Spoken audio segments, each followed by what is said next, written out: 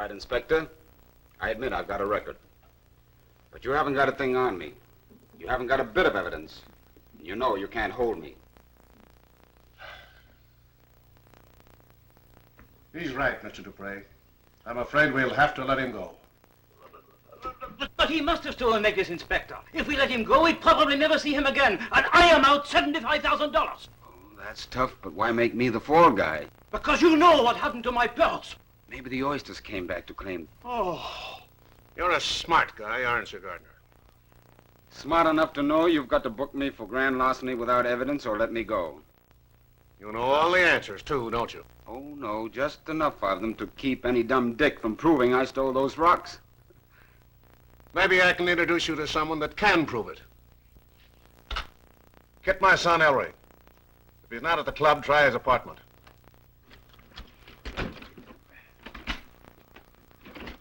Now, listen, Ellery.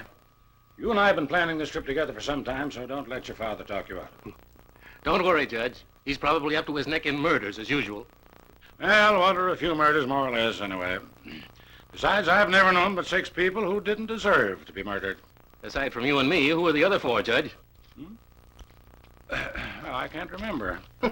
Well, maybe I exaggerated a bit. Well, with those sentiments, it's a good thing you retired from the bench. Hello. Oh, hello, Dad. How are you? Fine, son. Say, listen, I'd appreciate it if you'd hop down here for a minute. I got a wise guy here. I know he's guilty, but I can't pin anything on him. Oh, I'm sorry, Dad. I'd like to help you, but Judge Macklin and I are catching the noon plane for California. California? Well, what's the idea? Well, just for a vacation. Anyway, it's 2 hours before your plane leaves. And this crook has got me on a spot. Ellery, you've got to help me. All right, Dad. I'll see what I can do. Well, I've got to go down and say goodbye to Dad anyway. All right, but I'm going along to see that your father doesn't get you tangled up in any of his cases and make us miss that plane. Mr. Dupre, supposing you tell my son just what happened. Well, late yesterday afternoon, this man, this gardener, he came to my store and wanted to see some pearl necklaces. I showed him some fine pieces, including the copy of a string said to be worn by Queen Anne and worth $75,000. Then, Gardner, he wanted to see a necklace in the show window. I turned to the window to get it, and as I looked back, the Queen Anne was gone. And when you questioned Mr. Gardner, he denied any knowledge of its whereabouts. Did you search him? No, but the police did. They searched the store, but not a sign of the missing necklace was to be found. Now, what do you know about this, Mr. Gardner? Not a thing, except if I'm not turned loose soon, I'll have a pretty good case of false arrest to give my lawyer. Oh, I don't think that'll be necessary if you'll cooperate with us. Would you mind reenacting the little scene that took place in the jewelry store yesterday afternoon? Sure. What can I lose? Step over to the desk a minute, will you? Now, where approximately were the necklaces on the counter? Here, between us. I see. Now, Mr. Dupre, would you turn toward the window just as you did yesterday?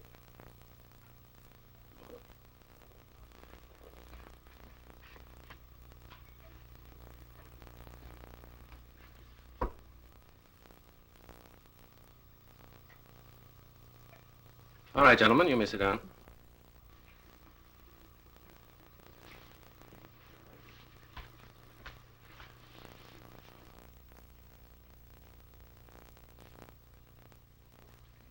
When the officers took Mr. Gardner out to the police car, I suppose several people congregated on the sidewalk? No, the police car drove into the alley. They took him out the back door. Oh, I see. Mr. Dupre, what did you do last night after you left headquarters? I went home. Sleep well? No, I was too nervous. I didn't sleep at all. I paced the floor all night. I didn't even change my clothes. I suppose I do look a bit messed up, but I haven't been able to think of anything else since the thing happened. Mm-hmm.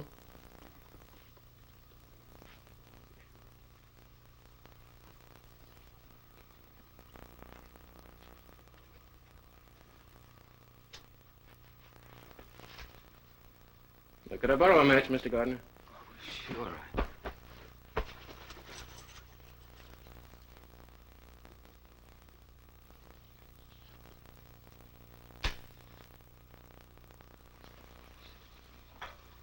Thank you.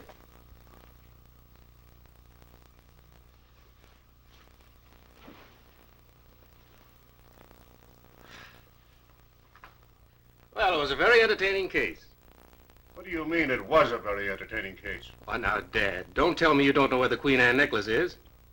Why, of course I don't know where it is. Mr. Gardner and I know where it is. Don't we, Mr. Gardner? I don't know what you're talking about. This may be very amusing to you, young man, but I am out $75,000. Well, not yet.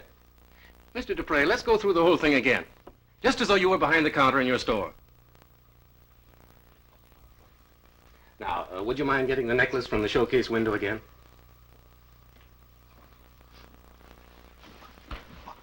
The Queen Anne, but how did it get in my pocket? Mr. Gardner, put it there, the same way that I took it out.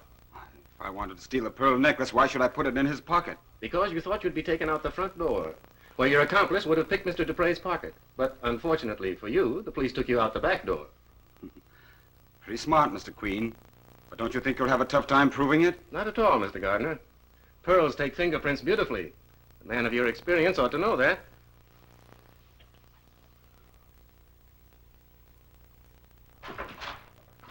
Gardner broke down. I guess he was afraid the fingerprints on the pearls might incriminate him. Well, they wouldn't mean anything. Naturally, his fingerprints would be on the pearls. He handled them as a customer. I think that's right. You know, I never thought of that. Evidently, Gardner didn't either. A guilty conscience doesn't take much accusing. Son, this is one of the cleverest things you ever unraveled for me. Take good care of him, you old walrus. Now, by the way, now where can I... Excuse me, Dad, you got a match? Match, yes, sir. Well, come on, Ellery. Barely time to make that plain. Right. Goodbye, Jim. Goodbye, Judge. Let's see. Well, there was something I wanted to ask you, fellas. But it slipped my mind. Well, so long, Dad. See you in a couple of months. Now, take good care of yourself. Right. Now, you don't smoke. What's the idea of asking people for matches? Just something original in psychology. A neat way of breaking a man's train of thought, catching him off guard. Are you kidding me again? No, not at all. You see, I suspected where the jewels were. When I asked Gardner for a match, he relaxed his vigilance for a moment and glanced towards Dupre's pocket. What was the idea of asking your father for a match? Now, he was about to ask where he could reach us in California. Oh, well, I'm glad you didn't tell him. If he knew our address at Spanish Cape, he'd have you on the phone every day. You're right. And by the way, I hope you haven't oversold me on this place. How are the neighbors? There aren't any. Oh, except the Godfreys. And they're so rich and snooty that half the time they don't talk to each other. Well, fine, then we don't have to talk to them. Well, I'll say we won't. Their mansion at Spanish Cape is one of the show places of the coast. But they've got a pack of dogs to keep folks out. Nice people. Uh-huh.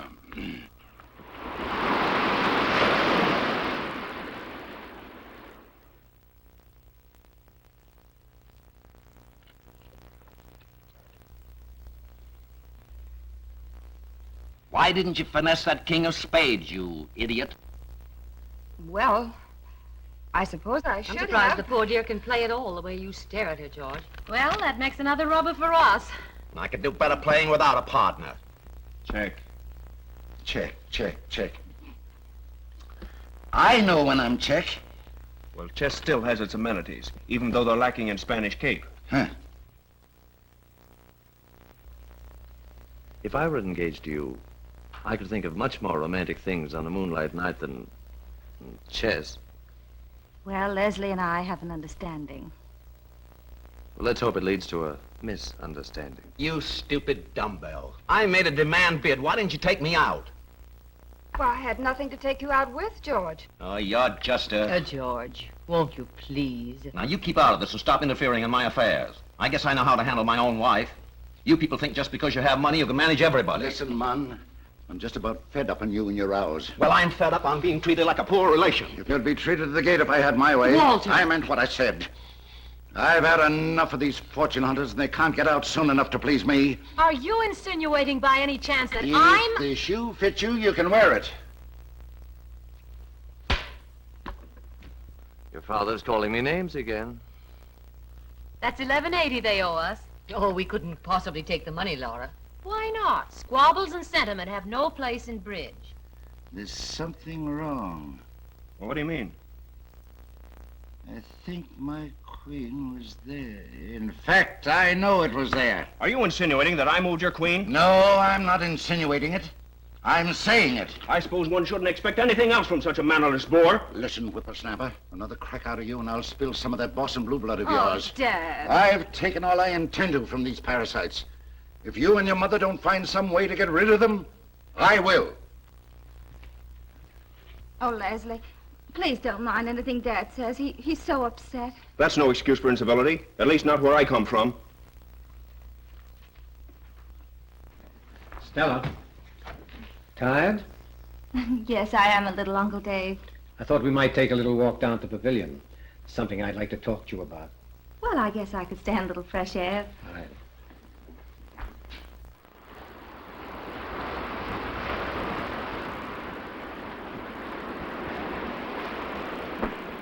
Sit down, dear. Well, come on with the lecture. Lecture? Well, of course, darling, that's why you brought me down here. To beg me not to fall into the fatal infatuation of John Marco. To remind me that he's had 3 wives, that he's probably trying to horn into my father's fortune, that he's twice my age, and I'm engaged to be married to Leslie Corn. Isn't that it? Well, yes. But it's all true, isn't it? I've been hearing the same song from Mother and Dad for a week. Well, what can you expect, Stella? Ever since Marco came to Spanish Cape, you've been with him constantly. No. But Uncle Dave, if all girls married the men they played golf, tennis, and swam with, I'm afraid every athletic instructor would have a harem. Then it's not serious? No more than this is. You mean you're not going to marry Leslie Court either? I found it's a mistake for school sweethearts to marry when they meet again. Afraid your mother's going to be pretty well broken up? Better than a broken marriage later on. Don't you worry, you old fuck budget. You and Dad are still my only sweetheart. And when you have a real rival, I'll let you know about it. Well, you better not. I'll be jealous.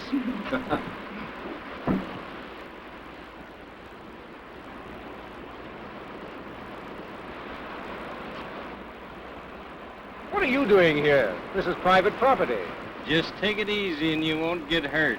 Who are you and what's the idea? Never mind who I am. Now listen, Marco. But this isn't Marco. Shut up. There's no point in dragging the lady into this. If it's me you want, I'll... Are you Stella Godfrey? Yes. That's all I want to know. Then you're Marco. Come on.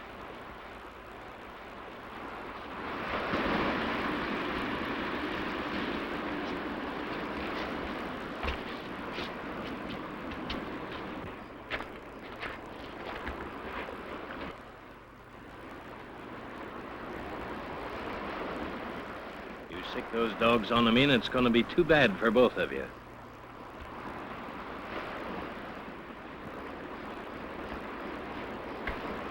Go on, keep moving. My car's outside.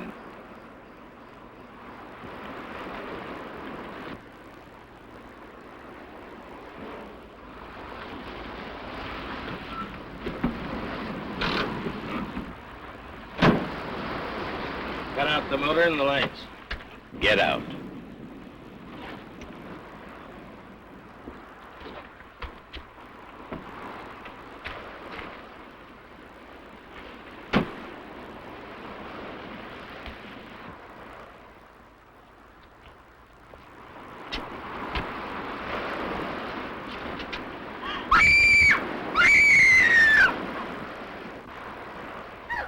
Let me help him, please. I'll attend to him. Get in the house. Come on.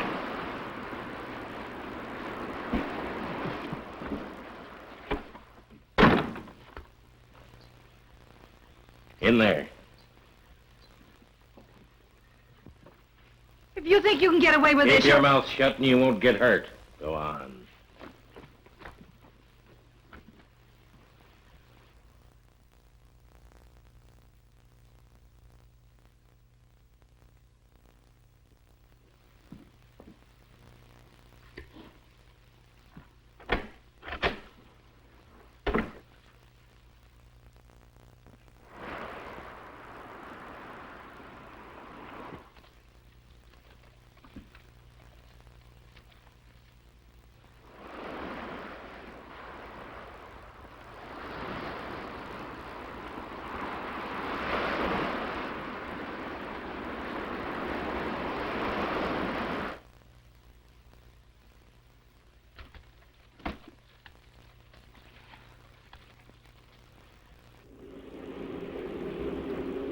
Not so fast. We didn't rent this car by the hour, you know. I see this early morning sun has done your disposition a lot of good already. Well, I've been thinking. I suppose it's foolish to imagine that you can get away from murders. Crimes are bound to follow you wherever you go. I wouldn't be surprised. I wouldn't be surprised if we're lost. Have you ever seen this place we're going to? Why, certainly. Don't you suppose I know where I'm going? I'll tell you better after we find Weaver Cottage.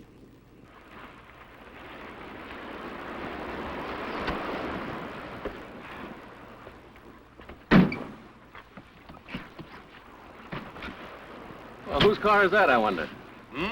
Now, don't make a mystery out of it. A car can be parked beside a house without being the basis for melodrama. You're right.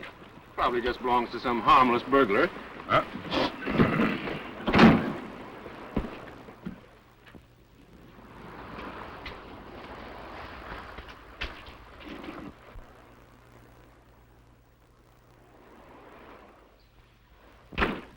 Well, what do you think of it now?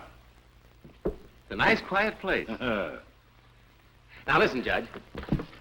It's been my experience that when two men are batching it, the best way to avoid arguments is for them to share the work equally. Oh, yeah. Why, sure, of course. All right, then. I'll unpack the luggage and cook breakfast, and you, go down and look at the beach. Now, wait a minute. Now, I'll do my share. What's that? Mice. Well, they must be pretty big mice. Well, why not? Everything's on a bigger scale in California.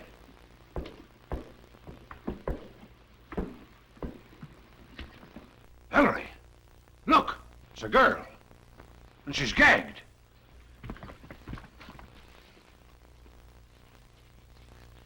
All my experience as a detective has prepared me for this moment. My intuition told me that I should find her here. Observation assures me that she is beautiful. And deduction proves that she is... You must be crazy. He is. Who are you? I'm Stella Godfrey from Spanish Cape. Who are you? What are you doing in the Weaver house? We rented it. This is Judge Macklin of New York. My name is Ellery Queen. Ellery Queen, the detective? Why, I read about you.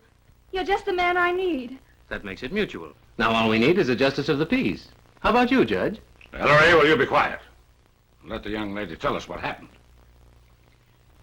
Well, you see, last night... We'll drive you home, Miss Godfrey. Your folks are probably worried about you. You think they've killed my uncle? Oh, I don't think so. When they find out they have the wrong man, they'll probably let him go. I wouldn't worry about it. I hope so.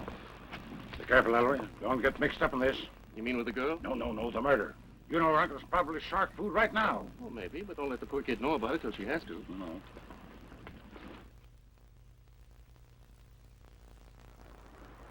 The Lotharis Odorata seems to be doing quite well. Don't you think so, Jerome? Yes, they do, Mr. Godfrey. In fact, a great deal more so than the Bellis perennis.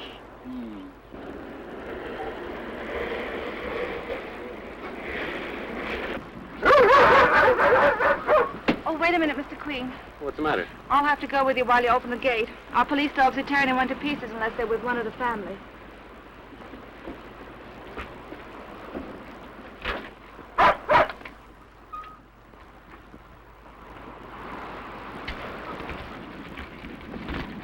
Must make good watchdogs. Dad's a stickler for privacy. With these dogs patrolling the grounds and the ocean and the rocks in front, those rangers can get in. That's why I can't understand how that kidnapper got in last night. I think we'll take up the Bellis perennis and put in some viola tricolor, huh? Just as you say, sir.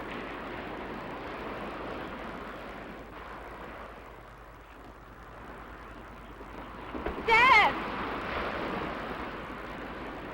Dad! Dad, what have you done about it? I'm replacing the Bellis perennis with the viola tricolor. I mean about the kidnapping of Uncle Dave. Kidnapping of who? You mean to say you don't know anything about it? Well, I thought you and Uncle Dave were still asleep. It's only about 8 o'clock. Uncle Dave and I were held up on the terrace last night by a man. He tied me up in the Weaver cottage and took Uncle Dave away in Weaver's boat. What? Jerome! Hold the sheriff and tell him to come over here right away.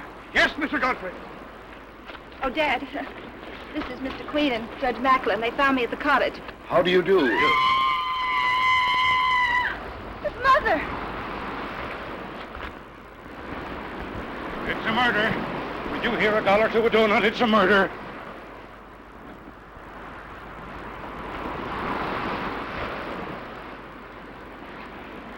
Darling, Don Marco's been murdered. Look. Serves him right.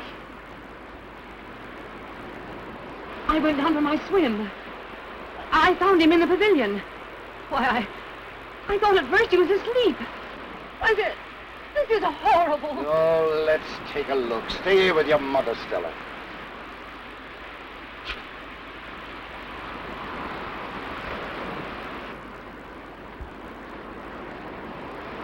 I told you crimes would follow you. Now keep out of this.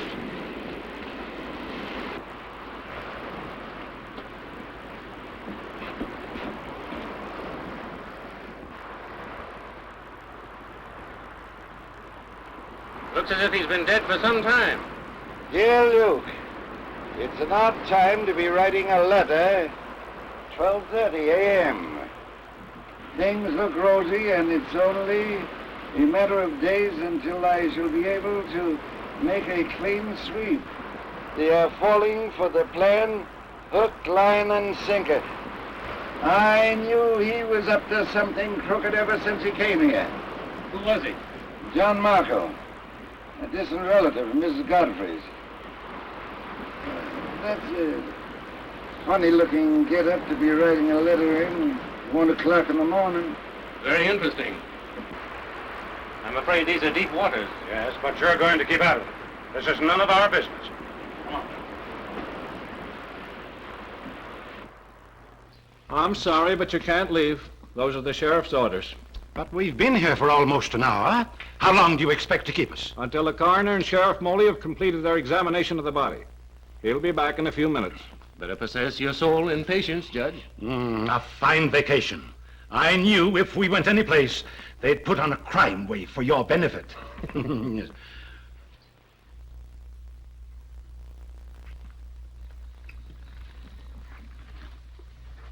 Mind company? No, sit down, Mr. Queen.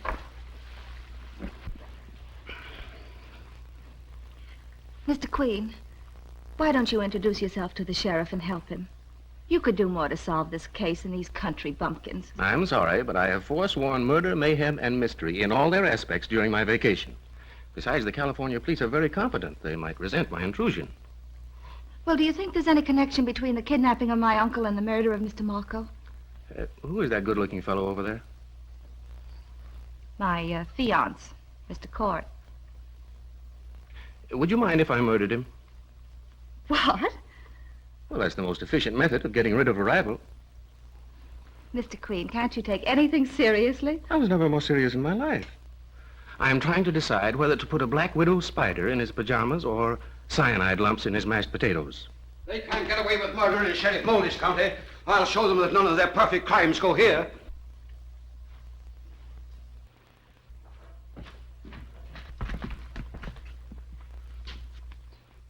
What's your name? Tiller, sir. I'm the butler. Hunt, take this guy upstairs. Make a search of Marco's rooms. Yes, sir. Cooper, take a couple of the boys and comb the house and grounds for a heavy object with bloodstains on it. Okay, Sheriff.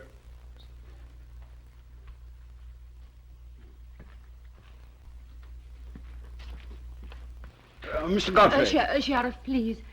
What have you heard about my brother? David Cummer. Yes. I phoned the Coast Guard. They're looking for the Weaver boat now. Mr. Godfrey, who are all these people? Oh, they're our guests. They're fortune hunters. Walter. I mean just what I said. These people, the Munns, Mrs. Constable Marco, they came here to plot to see how they could do a deserving woman out of an estate. Just a minute. Shut up! What deserving woman? My great-aunt Sophia's companion. You see, Mr. and Mrs. Munn, Mrs. Constable, Mr. Marco, and I were all the heirs. My aunt was worth millions, but when she died, she left all the money to her companion.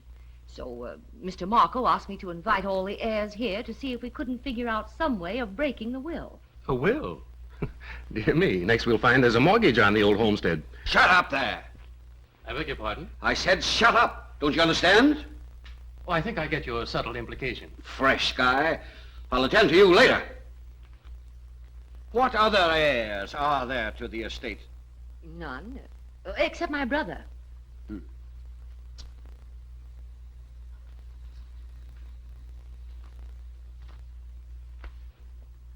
Who are you? One of the fortune hunters, too? I beg your pardon? That's Mr. Court. You see, he's engaged to my daughter. A little arrangement cooked up by my wife and his mother to unite the aristocratic court name with the Godfrey money. I've had enough of your insinuations. I'm leaving immediately. No one's leaving till I say the word.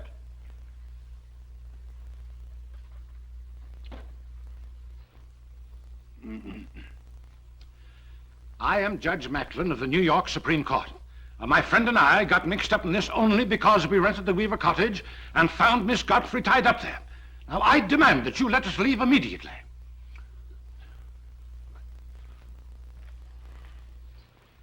What's your name, wise guy? Queen. Queen? Yes, you know, what a king marries. He's Ellery Queen, the famous New York detective. He could solve this for us if he only would. Are you the guy they wrote all those books about? Yes, but don't believe everything you read in print. Not by a long shot. I've read all that stuff about you. In fact, I've read every detective story ever written, and I've always wanted to run up against one of you modern, theorizing Sherlock Vances. Well, you're out of luck, Sheriff. I'm on a vacation, and besides, I've given up detecting. Finally found a case that stumps you, eh? That's it. And now, if you don't mind, the judge and I will hie us to our bachelor quarters. Sit down a minute, Mr. Queen. I'll show you how a real detective solves a case.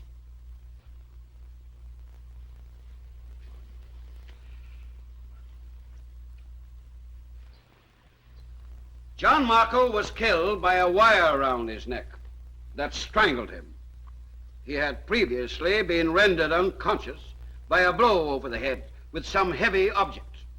The coroner said there would probably be bloodstains on it. With the exception of Mr. Queen and Judge Macklin, everyone in this room had a motive for the murder. I didn't. Neither did I.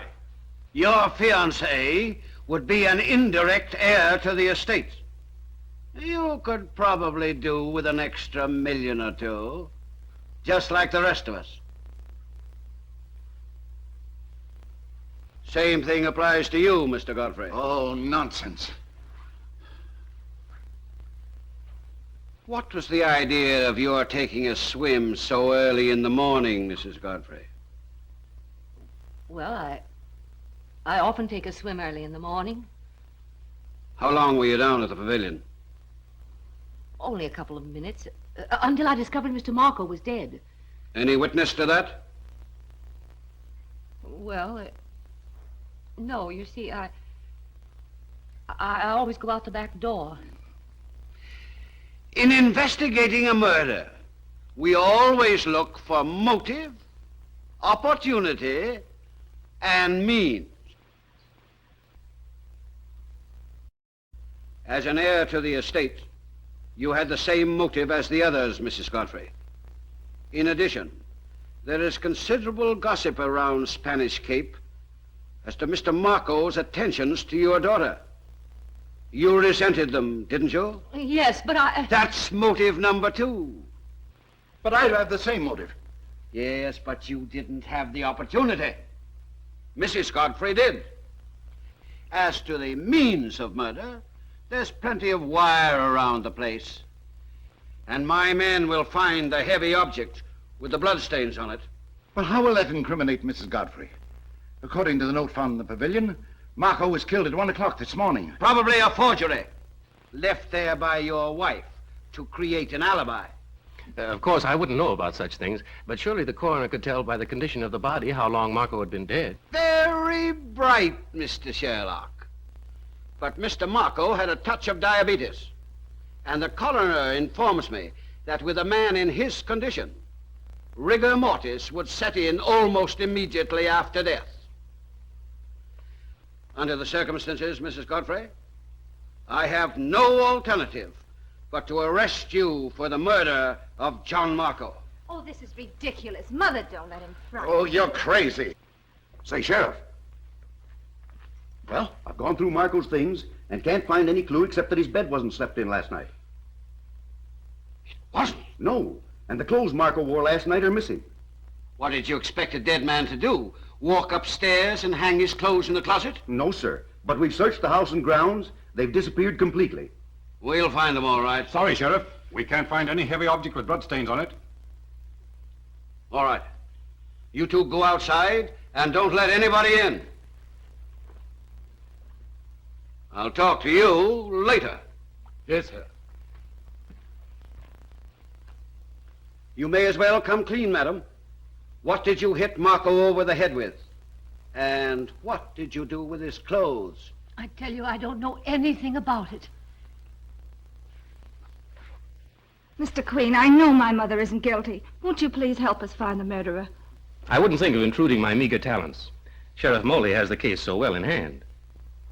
You mean you think my mother's guilty? Well, of course.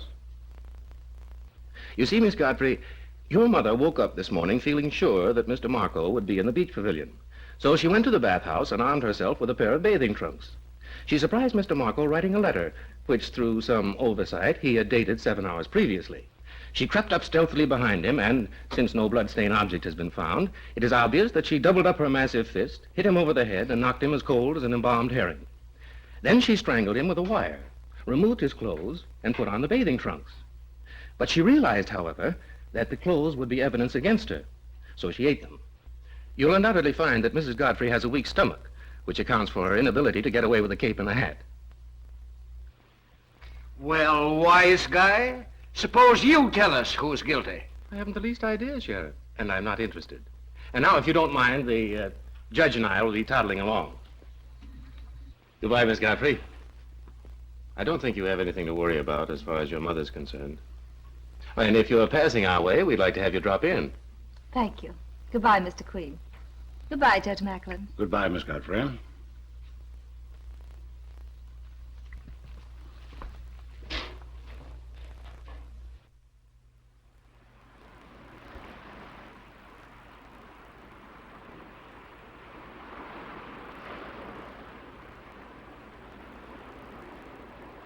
Ellery, you did a pretty good bit of reasoning in this case I've just been reading. I wonder what your biographer would think of this Spanish Cape mystery.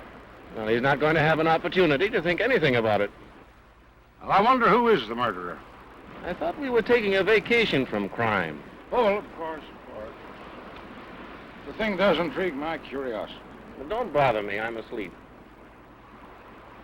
Say, Ellery, suppose we take a ride over to the Godfreys after dinner and see if there's anything to it. No. I should have to look upon the beauteous Stella. And it'd break my heart to realize that she's pledged to another. Ellery, what's the matter with you? Ever since you met that girl, you've been acting like a moonstruck calf. Of course, she's pretty enough, but... Pretty enough? Why, her eyes are like Lake Como when it challenges the splendor of the Italian sky. Her nose is of such a perfection that Phidias would have chosen it as a model for his Grecian goddess. Ellery, you've got a match?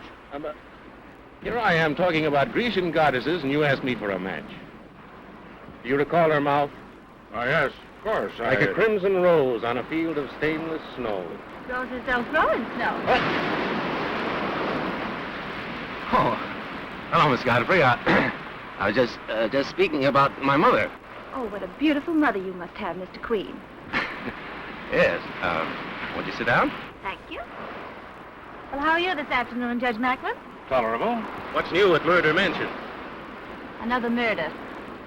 What? Mr. Munn. I suppose I should feel more upset about these murders, but I can't. I feel the same way Dad feels about all those people. They're just after Mother for their own selfish plans. Yes, I can understand. Of course, you're not interested in this new murder either. Not at all. Well, I am. Now, tell me about it. Well, go ahead. I won't listen. Well, after you left, the sheriff thought better about arresting Mother and forbade any of us to leave the estate. Then he disclosed the astounding fact that one of us was a murderer. Go ahead. I'm not listening. Well, the sheriff and the deputy spent the rest of the morning searching for a heavy object with bloodstains on it and Mr. Marco's clothes. Which, of course, they did not find. I'm not talking to you. Shut up. Go on, Miss Godfrey. When luncheon was announced, Mother sent Tiller up to Mr. Munn's room. He ran down in a few minutes and said that Mr. Munn was dead. Strangled and clad only in swimming trunks. Yes. Well, how did you know? I read it in your exquisite eyes. Why didn't Miss Munn call Mr. Munn to lunch? Well, they'd had one of their spats. They were forever fighting. Uh-oh. Wait till the sheriff hears that. By the way, where was Mrs. Munn before lunch?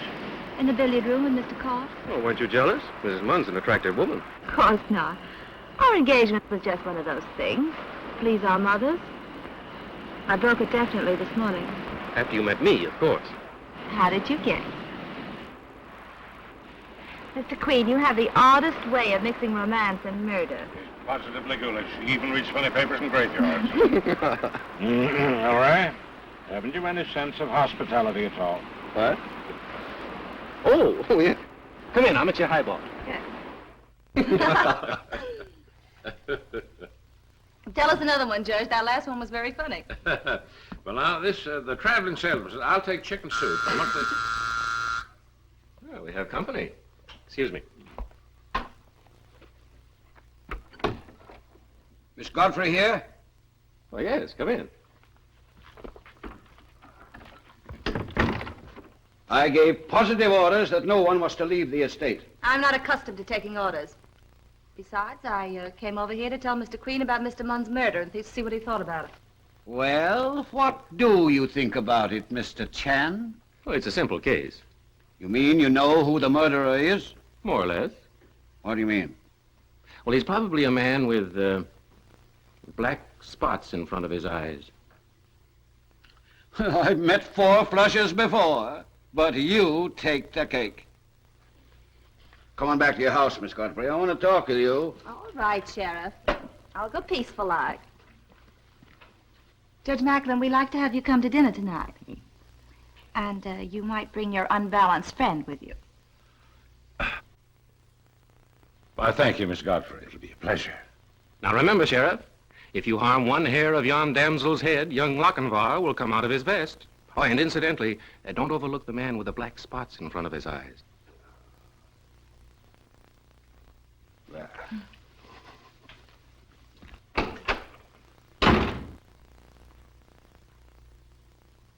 Why so intense, Judge? What are you thinking about? Jackasses.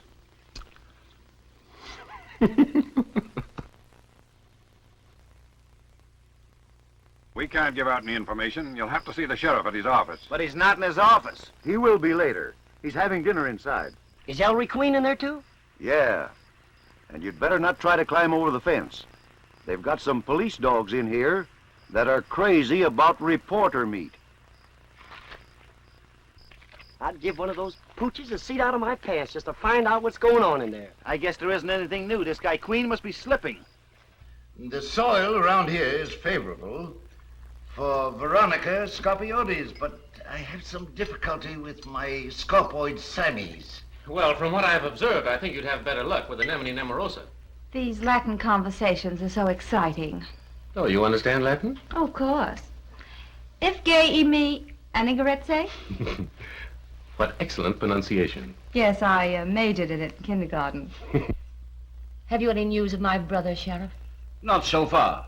The Coast Guard is still looking. By the way, the Weaver boat is white with green trimmings, isn't it? That's right. Tell me the truth, Sheriff. Do you think Mr. Cummer is still alive? Well, I think there's a chance. So, what's the use of beating about the bush, Moley? Cummer's probably dead, and you know it. Walter! Well, if he was alive, David would have shown up long ago. The chances are the kidnapper, when he found out he made a mistake, probably decided the wisest thing to do was to get rid of David and abandon the Weaver boat. They'll probably find a beach somewhere down the coast. Don't you think the man who kidnapped David might have been the murderer of John Mark? No, I don't. If it was an outsider, he could only get into the estate from the cove or through the back gate. The dogs would have taken care of anyone that came through the back gate. And as for the cove, Marco would have noticed any stranger that landed in a boat. And don't forget, it wasn't anybody from the outside, Gottman. No, sirree. The murderer is sitting right at this table.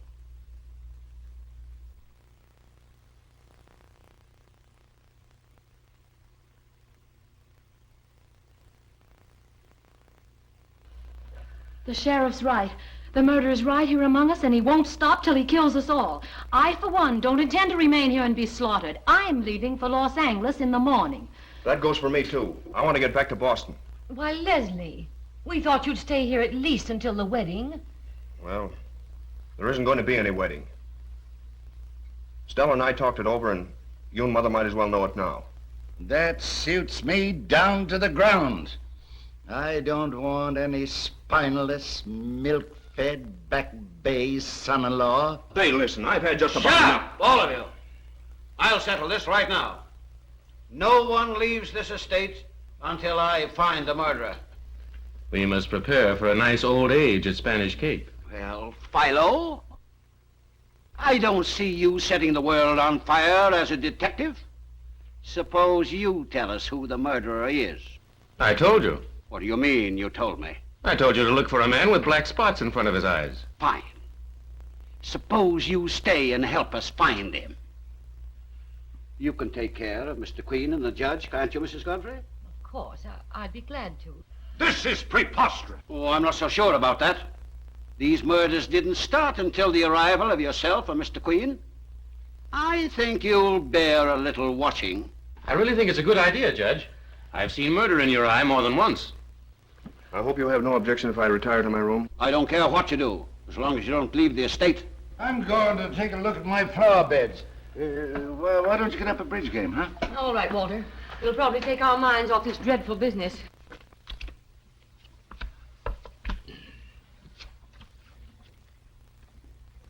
And we'll have a lovely little house with ivy climbing down the walls and through the windows and up the stairs. You don't have ivy inside houses. Well, I know, but ours is going to be different. Oh, I can see that. And every night when I come home from work after solving 6 or 7 murders, you'll meet me at the gate. And then we'll go in and sit down to a gorgeous dinner A burnt steak and scorched vegetables. Well, you can't cook? Well, that's all right. Neither can I. And then you know what we'll do? Backbite our neighbors. Sure. Come on in, Peter. We'll get at the bottom of this right now.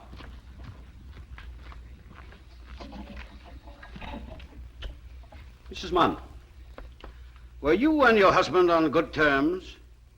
Why, yes. I've heard different. Just repeat what you told me in the pantry. Well, of course, I don't like to interfere in other people's affairs, but I heard Mr. and Mrs. Munn arguing constantly since they arrived here. In fact, he threatened to strike her several times. Isn't it true that you and your husband were fighting all the time? Why, If every woman who fought with her husband killed him, America would be populated solely by Amazons. You keep out of this. I'm handling it. Mishandling it, you mean? You can't cry yourself out of this, lady. You were the heir to your husband's share of the estate. In addition, you probably hated him. You saw the chance to kill him and make it seem as though the murder of Marco got him. I didn't do it. I didn't. Of course she didn't. This is ridiculous. Where were you just before lunch when your husband was killed? Why, I was in the billiard room with Mr. Court. We'll find out about that. Mr. Court said he was going to his room. Ask him to come down. Yes, sir.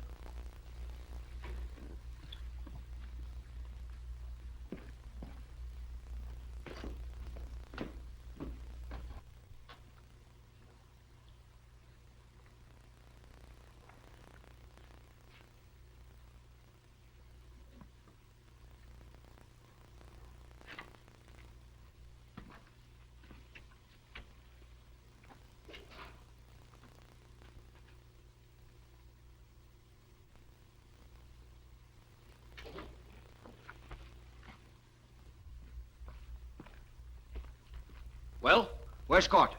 Mr. Court is dead, sir. What? Strangled, sir, and in bathing trunks, just like Mr. Munn and Mr. Marco. Oh, this is terrible. Can we do something to Nobody moves till I get back here. Go outside, get Deputy Saunders. Tell him to stand guard on that door. Then round up the other servants and bring them in here. Yes, sir. Who are you? I'm Mrs. Sheehan, the cook, and I know all about these killings. Oh, you do? Sure, and I do. The house is bewitched. It's the work of a banshee. Huh. Another amateur detective, eh? You and Mr. Queen ought to get together.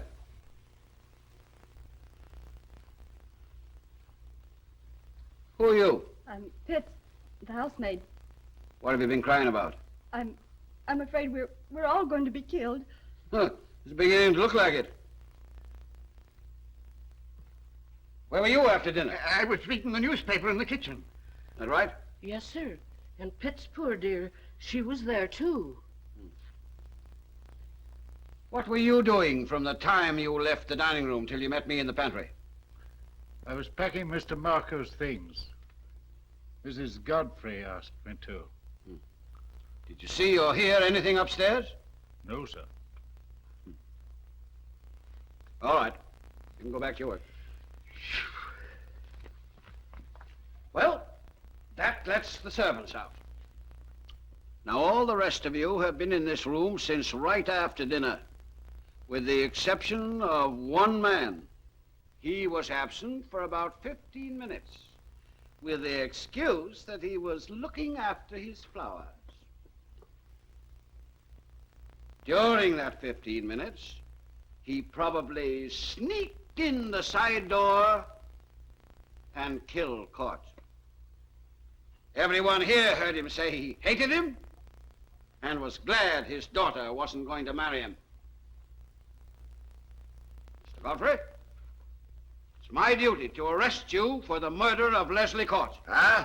And I must inform you that anything you say now may be used against you. Ah, blah. Sheriff Molly, you must be crazy. Why, Dad wouldn't hurt a fly. First, it was Mrs. Godfrey. Then it was Mrs. Munn. Now it's Mr. Godfrey. Why don't you just play eeny, meeny, miny, mo and find out who's it?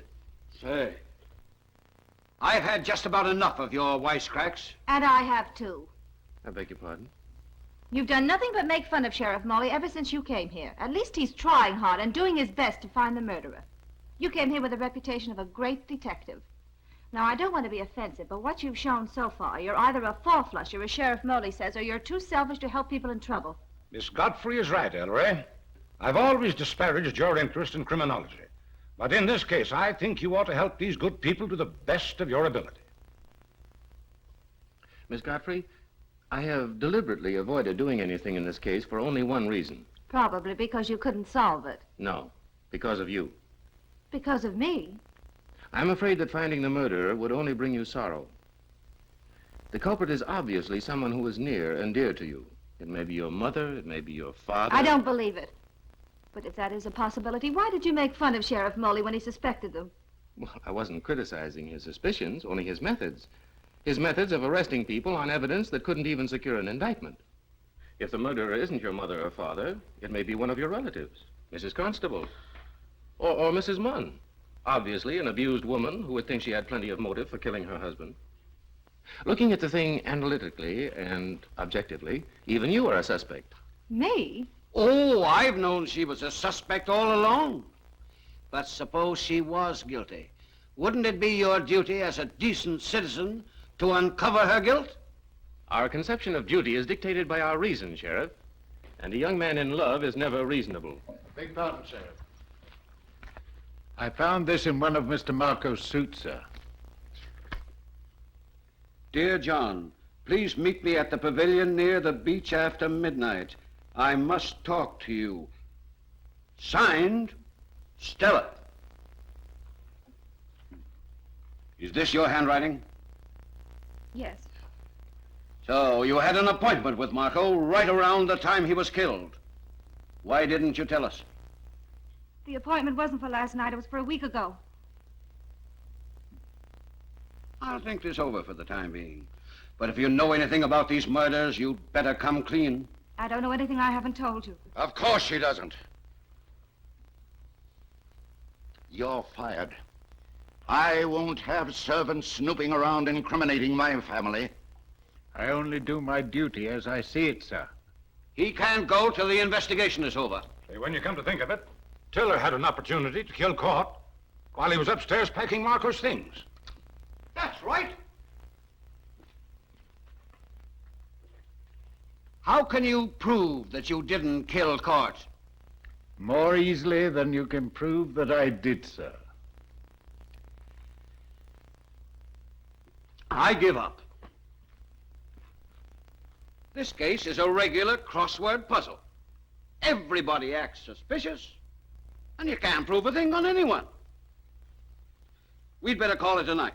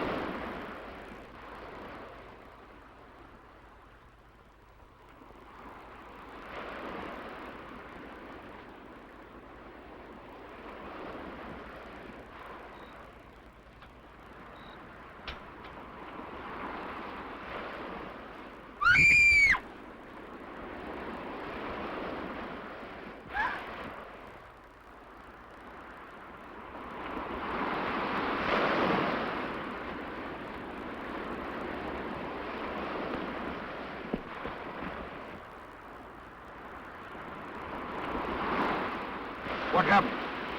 Mrs. Constable. She fell off the cliff. What do you mean she fell off? What were you doing here? Oh, I found a note in my room telling me to be here at 12:30 or my uncle would be killed. Just as I came through the bushes, I saw Mrs. Constable fall or jump over. Probably suicide. Maybe. Why didn't you tell us about that note? Whoever wrote the note told me not to. Well, you can see for yourself the note's in my room. Take Miss Godfrey back to the house. I'm going down and take a look at Mrs. Constable.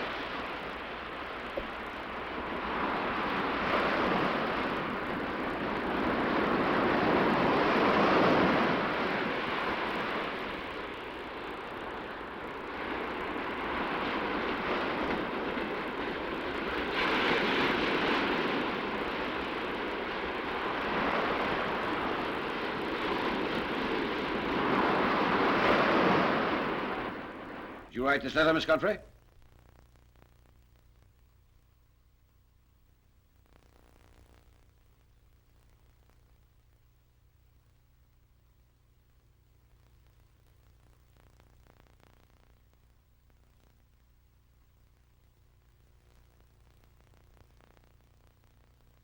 Well, of course I didn't. It's your handwriting, isn't it? Well, it looks like it, but I didn't write it. I'm sorry, but it looks to me as though you deliberately enticed Mrs. Constable to the cliff and pushed her over. But I told you. I found a note. Wait a minute.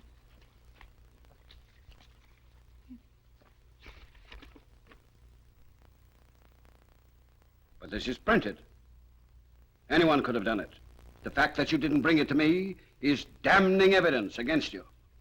But Don't you understand? I was afraid they'd kill my uncle. You should have let me be the judge of that, under the circumstances. Considering the fact that a note was found in Marco's clothes, written by you, and that Mrs. Constable was killed with a note in her hand asking for a rendezvous with you, I'm sure the grand jury would return an indictment against you for murder. I therefore consider it my duty to arrest you for the murders of Laura Constable and John Marco. And I think even you will admit that her guilt is obvious. Too obvious. What do you mean? Well, if Miss Godfrey wanted to kill Mrs. Constable, she could have asked her to meet her on the cliff. She wouldn't need to write a note which she knew was bound to be evidence against her. As for this note here, as you say, anyone could have written it. Anyone except Miss Godfrey. Again, the stratagem is too obvious. A lot of theories. We can't give theories to a jury. Why didn't she come to me with this note? Or even to you? Because she's a woman, Sheriff. Yeah. Get your things on, Miss Godfrey. I'm taking you to the station. Wait a minute, I'm not Sheriff. waiting for anything. Oh, yes, you are. If you arrest this young woman, you'll be the laughingstock of Southern California within 24 hours. Why? Because within that time, I shall find the real murderer. Oh. I suppose you mean the man with the black spots in front of his eyes. Yes, the one with the black spots in front of his eyes. You're not a bad fellow, Sheriff. I hate to see you make a mistake. Give me until this time tomorrow morning to catch the murderer. If I fail, then arrest Miss Godfrey. 24 hours won't make any difference. All right. I'll do it. But I don't think you've got a chance in the world. Have you got a match, Sheriff? Match? From someplace. Yeah. Thank you. Of course. I got to telephone the coroner. Remember now, 24 hours till tomorrow morning at 1:30.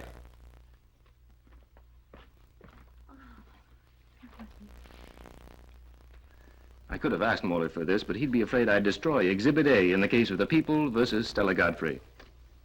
You think you know who's guilty, Ellery? I haven't the slightest idea, but I know who isn't. Hello, Ned. Well, you can come out and pick up another one.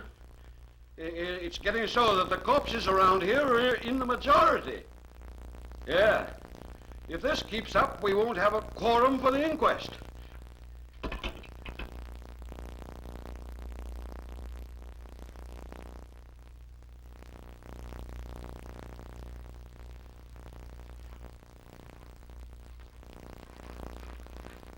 Well, does it tell you anything?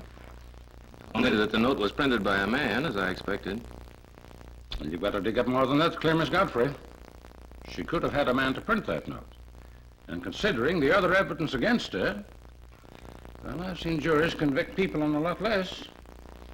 Well, supposing we admit there is evidence against Miss Godfrey, what about the others? Well, I don't know. Of course, when Marco was killed, I felt sure I'd pegged the murderer. Whom did you suspect? Mom. Who shattered your theory by getting himself killed. Did you have any theory? Well, to tell you the truth, I suspected Court. You seemed a little too anxious to get away last night. You better be careful, Judge. All your suspects have come to a bad end. Well, so it seems, yes. What happened at the inquest? Oh, the usual verdict. Murder by person or persons unknown. You didn't say anything about Miss Godfrey? Oh. The inquest on Mrs. Constable isn't until tomorrow. What do you think our morgue is? An auditorium? Say, what's the idea? That's Exhibit A in the case of the People versus Stella Godfrey. However, I found out that it was written by John Doe. Ah. Did you find out anything about John Doe? Well, I have a theory. It would explain everything if I could clear up just one point. What point? Why Marco was found with an opera cape around his shoulders. There's a lot more to be found out than that. For instance, what happened to the rest of his clothes? Well, I could explain that if I could explain the cape. Hmm? And how about the heavy object the murderer used to hit him over the head? The coroner says there'd be blood on the thing, whatever it was. Well, that was a rock. The killer threw it into the ocean. Oh, why didn't I think of that? I want to check the movements on everyone the night that Marco was killed. Would you all sit down, please?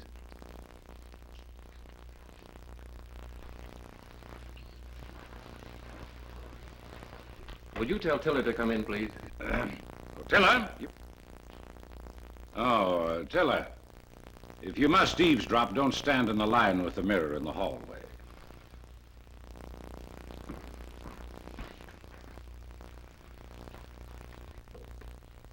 Get Joram and the maids in here, please. Yes, sir. Come on, Sheriff, give us a break, or my city editor will be sore as... If this dry spell keeps up, there'll be lots of dust on the ocean.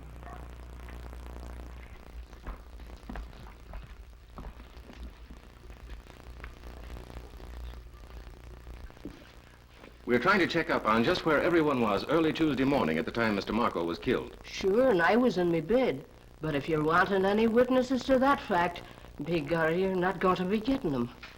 How about you, Joram? I was in bed, sir. I was asleep, too.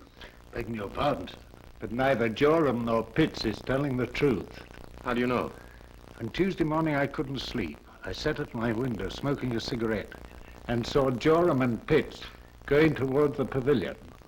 You mean they were together? No, at different times. How about it, Joram? I refuse to discuss it, sir. Do you realize that your reticence makes you a definite suspect? Yes, sir. Suppose you tell us the truth about your actions Tuesday morning, Miss Pitts. Oh, now, come. Nothing to cry about. Would you hand me that lighter on the table, please? How long were you married to Mr. Court? We weren't married. We were going to be married. Oh. I thought there was something between you two. Your crying spells didn't begin until after he was killed. Supposing you tell us everything. Well, you see, Mr. Court and I fell in love right after he came here. It wasn't wrong because he and Miss Stella never did intend to be married.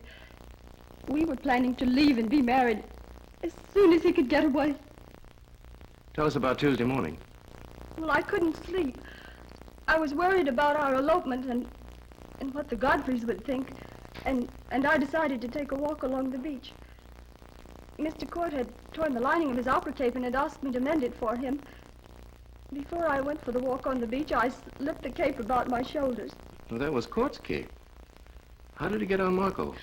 When I got down to the pavilion, I found Mr. Marco dead. Clothed or in bathing trunks? In bathing trunks. Why did you put the cape around his shoulders? I heard someone coming down the steps, and I was afraid that if they found me there with the dead body, they'd think I killed him. I put the cape around his shoulders so that it looked from the back as if he were dressed. And I stood there talking to him. Who came down the steps? I don't know. Out of the corner of my eye, I could see a man's feet. Whoever it was stood there a minute and then went up. I waited another 10 or 15 minutes and then ran up into the house and went to my room. I've got it. I've got it. I know what the murderer did, but I don't know why.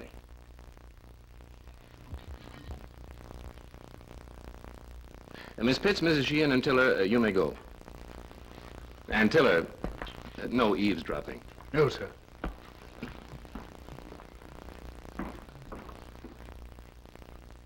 Joram, Miss Godfrey's freedom, maybe her life, depends upon you. I know you're trying to protect someone, but you've got to tell the truth about Tuesday morning. Well, since you put it that way, sir, it was like this. Sometime after 12:30, I was taking a turn around the grounds to see that everything was all right. Then I decided to go down on the pavilion and have a smoke. So I went down there and I found Mr. Marco dead. With his clothes on? Yes, sir. Now, what did you do then?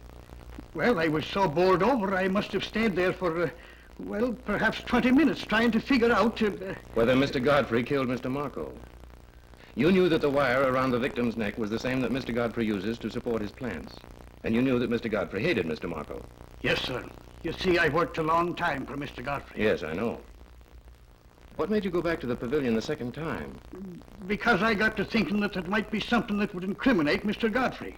But while I was thinking, I had a few fingers of scotch. And when I heard Pitts holding a conversation with the dead man, I decided I'd better call it a night. Do you know anything about the tides around here, Joram? Yes, a bit, sir.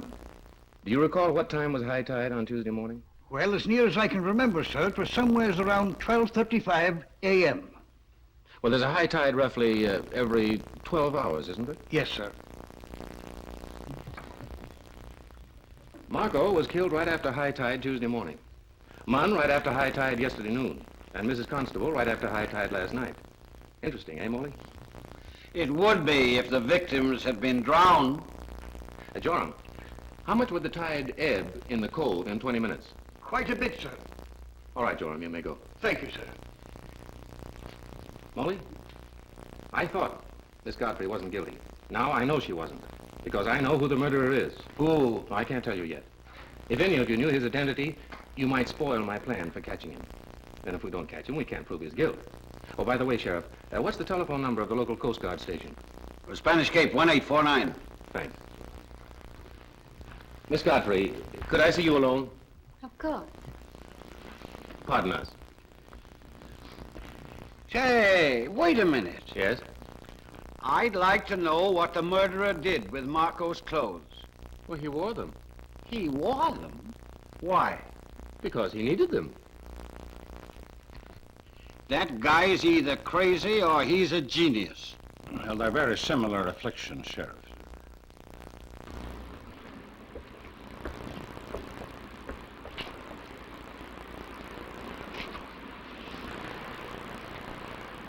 Are you a very courageous person, Miss Godfrey?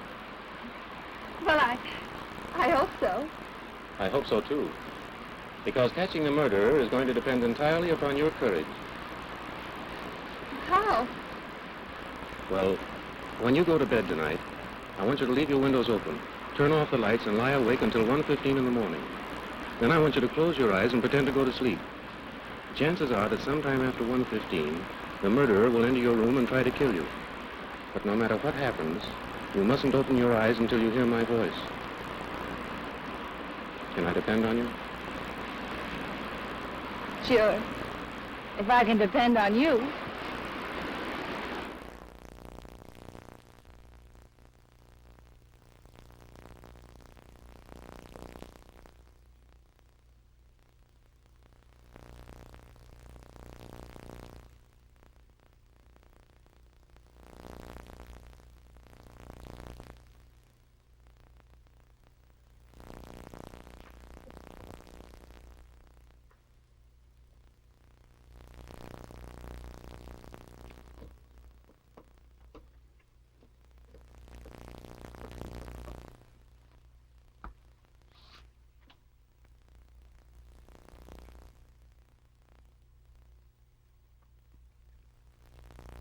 All right, Sheriff, now! David, come up. I arrest you for the murders of John Marco, George Munn, Leslie Court, and Laura Constable, and the attempted murder of Stella Godfrey.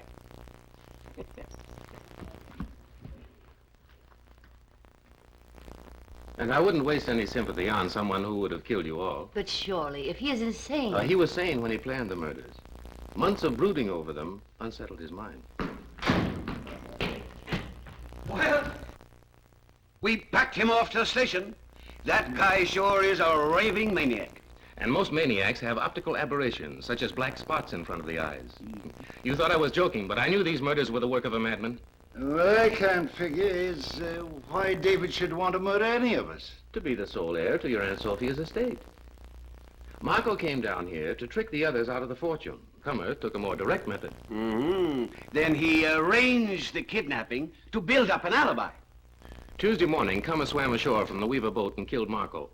He expected to swim right back to the boat, but Joram's appearance on the scene compelled him to hide. But why didn't he kill Joram? He only wanted to kill the heirs to the estate. While Joram stayed at the pavilion, the tide receded so far that Cummer was afraid his footprints on the wet beach would draw suspicion away from the people at the house. But he was afraid that a man walking along the street in bathing trunks at 1 o'clock in the morning would attract attention. That's why he changed clothes with Marco. He got back to the boat, and the next day he swam ashore again at high tide. He climbed up through the bushes and got into the house. He killed Munn and dressed him in bathing trunks to bewilder the police. Poor Court was probably killed because he came upon Cummer unexpectedly. You mean to say he was in the house all day yesterday? Suppose he had been discovered. He could say that he had just escaped from the kidnappers and swam ashore. Sometime during the night, Cummer planted the notes that would bring Stella and Mrs. Constable to the cliff. How about Mrs. Constable? Cummer hid in the bushes until Stella appeared on the scene. Then he threw a rock, hitting Mrs. Constable in the back, making her lose her balance. Oh, I see. Then after we carried her body out, he swam back to the boat. He had timed things so well that it was high tide again. You see, Cummer expected to get Stella out of the way by having her accused of the murder of Mrs. Constable. I felt sure that he'd come ashore tonight at high tide to see if Stella was gone and probably perpetrate a few more murders. Just one more thing. How did the kidnapper get by the dogs? Your uncle brought him through before he took you to the pavilion. I don't know how we ever can thank you, Mr. Queen. Well, don't thank me. Thank Stella. It was her courage that made the capture possible. Courage?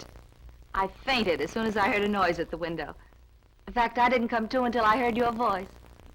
I've got to hand it to you, Mr. Queen. You sure did your stuff. Too bad I couldn't have pulled it off. It would have made my re-election a certainty.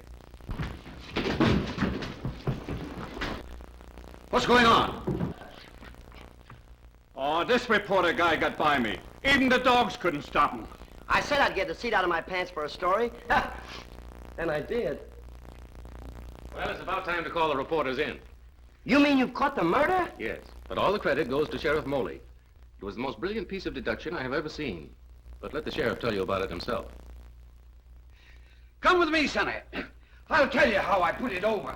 You see, I knew from the start that it was a guy with black spots in front of his eyes. You don't mean it. Sure I do. Then I figured out about the tides, and the whole thing was in the bag. Oh, wonderful. Gee, that's great. You're not such a clever detective. Or you'd be able to deduce what I'm thinking, You want me to?